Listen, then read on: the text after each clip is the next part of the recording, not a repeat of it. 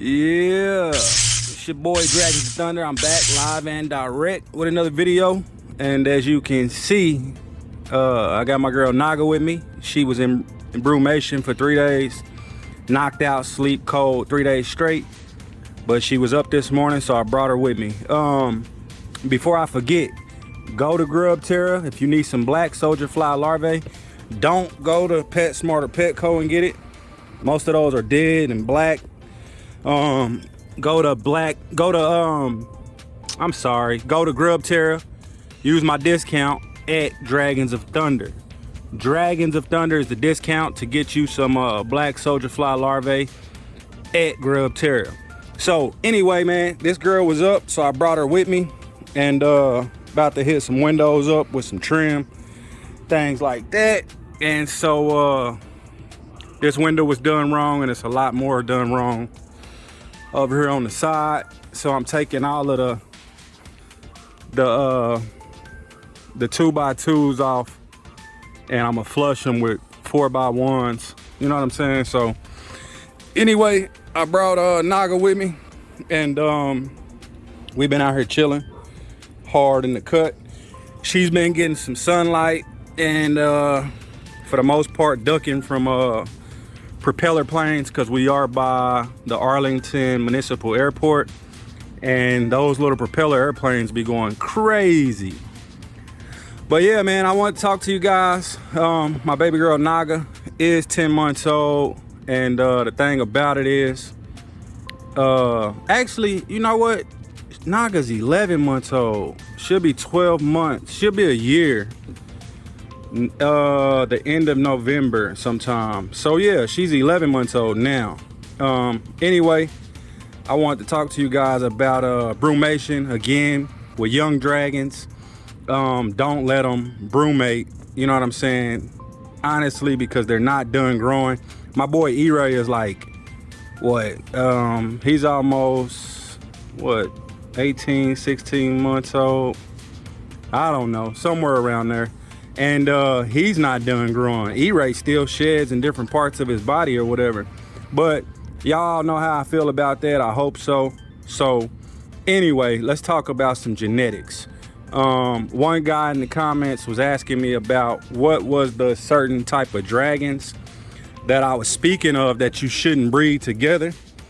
And honestly, the certain type of dragon that you shouldn't breed together is dragons that you don't know the genetics to. Like, if you don't know the genetics to that animal at all,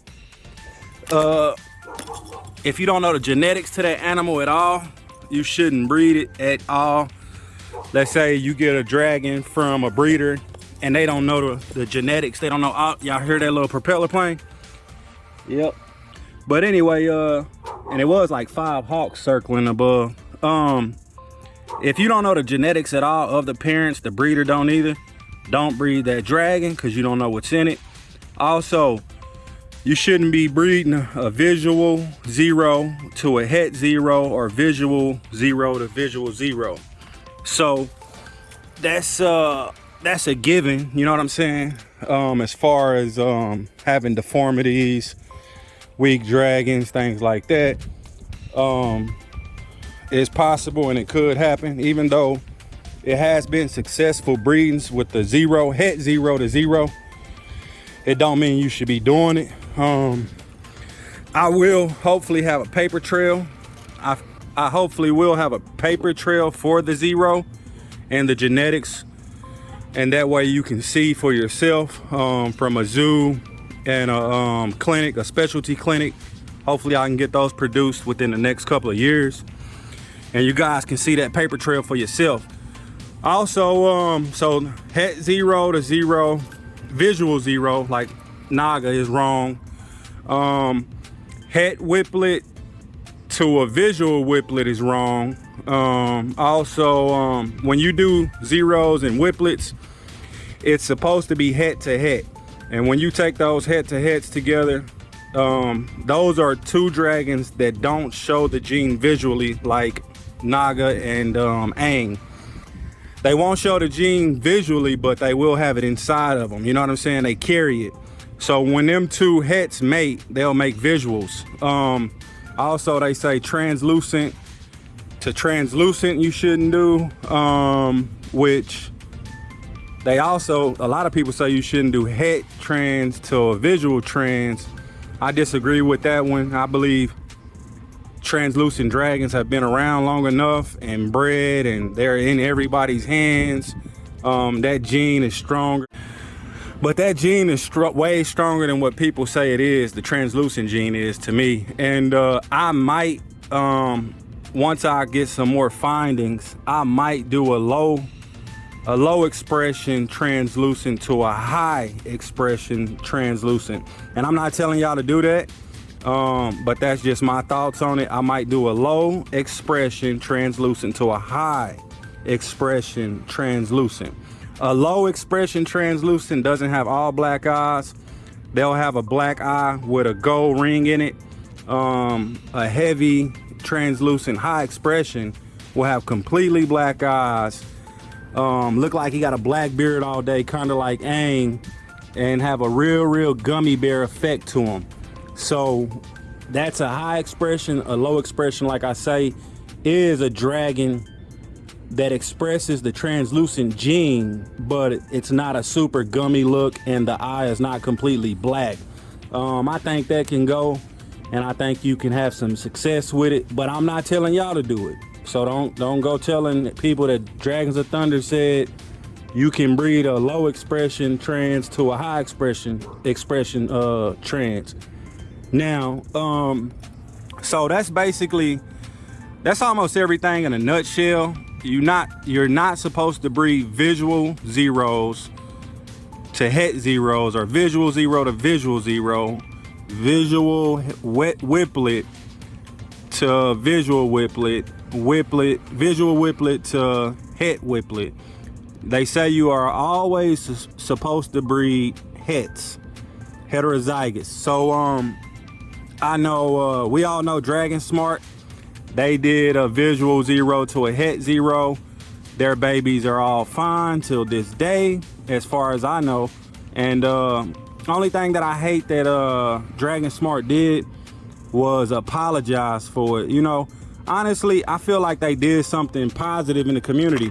You know, they wanted to see for themselves, because like I say, it's no paper trail or no paperwork showing why you can't breed a visual zero to a het zero, or a visual whiplet to a het whiplet. You know what I'm saying? It's no paperwork, it's no scientific proof behind it. All we got is somebody's word. Don't do it, don't do it, don't do it. And you know, I can agree with it because I've seen results from it. And the result, you know, sometimes, man, the results ain't good at all, man. You might get a baby born, a baby hatched, and that sucker got an eye on the back of his head, not the third eye, but like a real eyeball. Half of the head is an eyeball. They got 3 arms. Like, it's crazy. I've seen some crazy stuff. But anyway, I don't necessarily think. I think if the blood isn't close, you know what I'm saying? Like this zero, let's say I get it from Andrew's Reptiles, and he originally got his zeros from breeder A, you know what I'm saying? And then you have breeder B, C, and D, who also have zeros, but they all came from the same bloodline, which is true. But after so many het zeros and het whiplets being in the game, you know, being bred, crossed out, and all things like that, you would figure this gene is strong enough to do a het to a visual if you are guaranteed to know that the bloodlines, if you are guaranteed, look at her, she don't like them at all, boy, she's stiffened up. But if you are guaranteed to know that the bloodlines aren't super duper close, then man, I really think it's a go. You know what I'm saying? If you can guarantee it. And that's one thing that's hard to prove, is how close is my zero bloodline to breeder B, C, and D's bloodlines. You know what I mean? It's just a lot. It's a lot that goes into it. It's a lot that plays into it. Just like line breeding, a lot of people they won't tell you the true definition of line breeding. Line breeding within dogs and animals within themselves. Line breeding is breeding daughter back to father, or son back to mother. You know what I'm saying? Or cousin to cousin, stuff like that. Or sister to second brother or third brother from the third clutch. The first clutch sister to the third clutch brother. Look, she don't like them. Telling you, man, they be, you know. But yeah, so true line breeding is inbreeding. You know what I'm saying? So a lot of breeders will tell you, no, it's taking the best one from each clutch and taking them to each other and this and that and the other. But it's really related dragons. And I read I think 2 papers. I'm gonna try to find them and post them. I read 2 papers about just reptiles in general, about being able to breed within the first 7 generations. Like after you get past that 7th generation, like you shouldn't keep inbreeding, you know what I mean? But I've read those papers. I'm gonna try to find them and post them. I believe I posted them in Bearded Dragon Advanced Care and Keeping group, my Facebook group. I posted them in there a while ago. But yeah, so for the most part, man, when you breeding a bearded dragon, you should make sure you understand and know the genetics, understand what that genetic does to that animal. Just like leatherback, you don't want silkbacks too. That's another one. You don't want to breed 2 leatherbacks like Naga together, because you're going to guarantee produce. Nah, not even guaranteed. I seen some people breed 2 leatherbacks and don't get any silkbacks, but you are likely to get a silkback or 2 from breeding 2 leatherbacks. And me and my boy Legacy Dragons, we've been talking about scalation, and Dose, I think that's her name. We were talking about it on a podcast sometime last year or at the beginning of this year. We were talking about how there's different scalation within the leatherback and even normal spiked dragons. Like Naga, I can't rub down and then back up because her scales are going to stop me from rubbing up. But with the Zula, I can rub down and I can rub up. I can rub up and down because it's super smooth. Her scales are flat to her back. But I guess you can consider Naga American smoothie, and you can consider Azula silkback. I mean, I'm sorry, not no dang silkback. You can consider Zula, my orange girl, micro scale, because she don't have no spikes at all on her tail.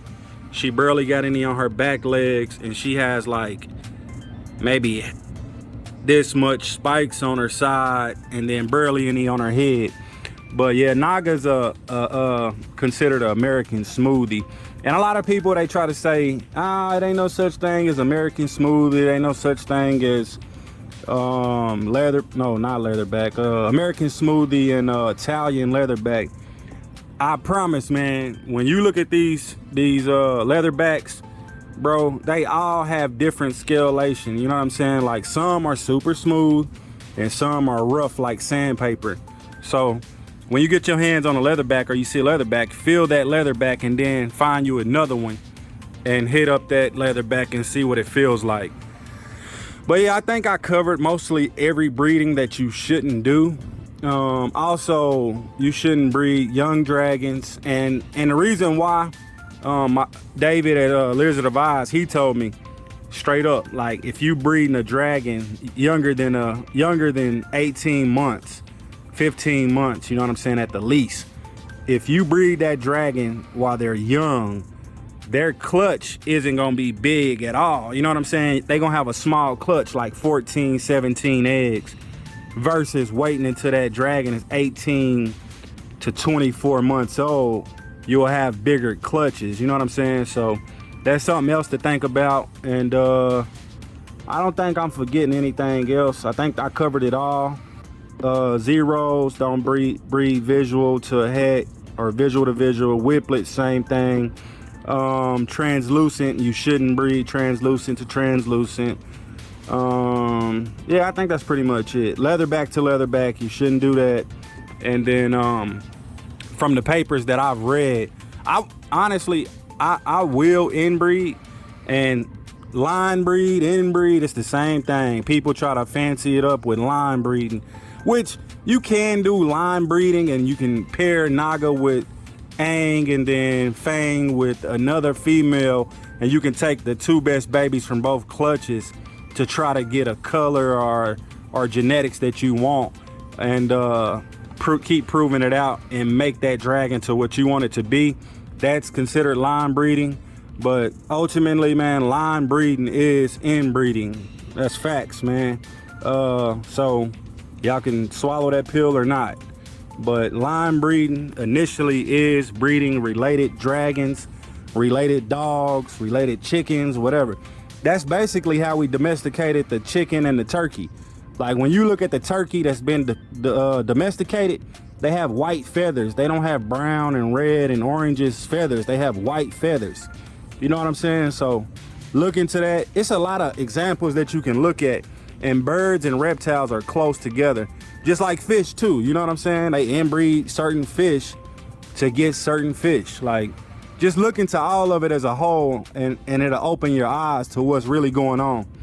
But like I say, man, I chop it up with some top breeders in the game, and man, they tell me enough. I don't think they tell me everything, to be honest. And why would they? You know what I'm saying? Give me game for free. But they give me most of it. So, and it's a couple that have told me things that I wouldn't dare repeat at all. But anyway, man, y'all be sure to thrash the like, pound the subscribe, and be sure to follow me on my Instagram at DragonsOfThunder. Follow my TikTok at DragonsOfThunder, and go hit up Grubterra and get you a discount by using Dragons of Thunder. When you check out, hit pay. It'll take you to the next page, and then you enter the discount code Dragons of Thunder. Also, my print shop, they got a new head on their printer, so hoodies and shirts can be printed faster than what they were going out. So hit me up for a hoodie or a shirt, and just message me and let me know. Also, man, I'm doing another Thunder tank giveaway. It's going to be a 4x2x2 with a basking fixture and a cool side fixture, light fixture, and no light bulbs included in this one. But I'm gonna cover the shipping for the giveaway. So when I hit 1,500 on Instagram, 1,500 followers on Instagram, I'll go ahead and do that giveaway. It'll be a random number generator, and it will be on camera. So go ahead and follow my Instagram. We got to get it to 1,500 followers, and I'll do the giveaway on YouTube and post it to Instagram. And then actually first I'm gonna post it in my group, Bearded Dragons Advanced Care and Keeping. But anyway, man, y'all stay cool, man. Y'all keep going hard out there in the paint for your animal, and care for your animal like you supposed to. Where you going? Give your animal the correct space and feed them a variety diet. I do believe in feeding a different bug every day, or rotating bugs every day if you can. You know what I'm saying? Some people can't, but if you can, do it. I'm trying to get this girl to stand up, but she's been a knucklehead. Her head is starting to develop pretty good. It's getting real muscly. Where you going? But anyway, man, I'm about to wrap up, because honestly I wasn't gonna finish today.